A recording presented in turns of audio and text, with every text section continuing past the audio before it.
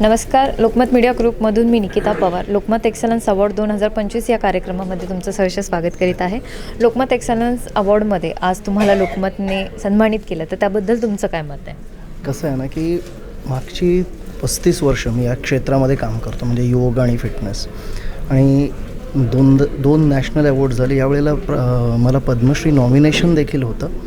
पण असं कुठेतरी वाटतं की एका मराठी माणसाचा सन्मान हा मराठी लोकमतने केला, त्याचा मला अभिमान आहे. आणि हा कुठे ना कुठेतरी माझ्या योग क्षेत्रातील एवढ्या वर्षाच्या कार्याचा सन्मान आहे असं मला वाटतं. नक्कीच सर.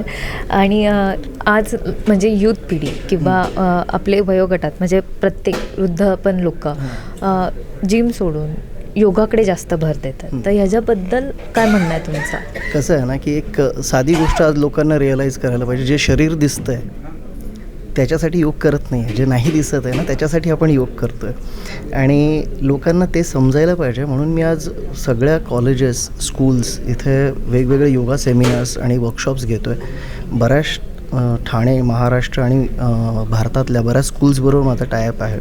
ते याच्यासाठी आहे की मला त्या जनरेशनला शिकवायचं की खऱ्या अर्थाने योग काय. आज लोकांना असं वाटतं ना की योग हा फक्त म्हाताऱ्यांसाठी आहे किंवा वृद्धांसाठी, आजारी पडलं की आहे.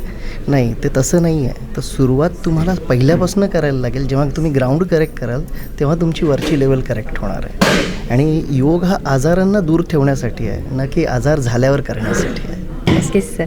Thank you so much and all the best for your future and congratulation. या